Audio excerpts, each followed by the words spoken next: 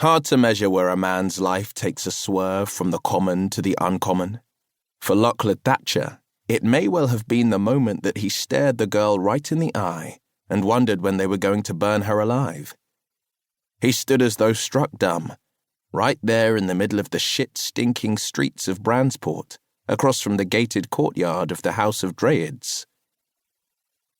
His stomach was all slithering eels, and he couldn't tell if it was from too much drink the night before, or from the image he had in his head of that girl screaming while they rendered her down to a mound of ash. Strange how you can know that something is coming from 1,000 glimpses of it in the distance, and still be surprised when it flattens you. This was a reckoning, and it had been a long time coming.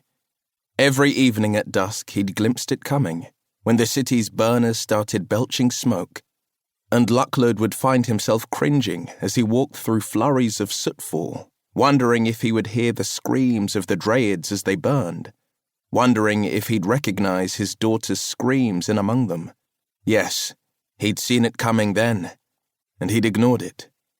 His head pounded, sweat tickled his eyebrows, smelling of barley spirits, mouth sour and gums tingling from too much scaife.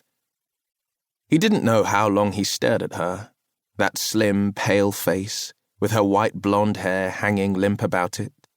She sat so still, robed in white like she might have been just as much stone as the bench she sat upon.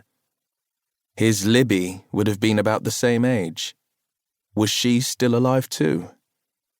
All he wanted in that moment was to escape, but he couldn't seem to feel his feet beneath him, couldn't tear his eyes away from the girl. And everything had gone dark around the edges and over bright in the center, like he was peering through a long black tunnel. He felt like he'd stepped into a trap. He'd been a damn fool for coming this way. Had, in fact, been avoiding this street for a very long time, terrified of exactly this. A horrendous squeal made him jerk and spin to look behind him, his shaking hand slipping to the long knife and hand axe in his belt.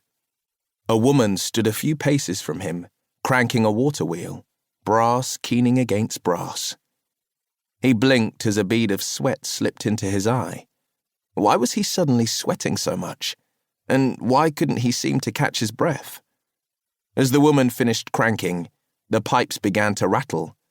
Lockwood remembered a time not so long ago when you had to walk to the well for your water.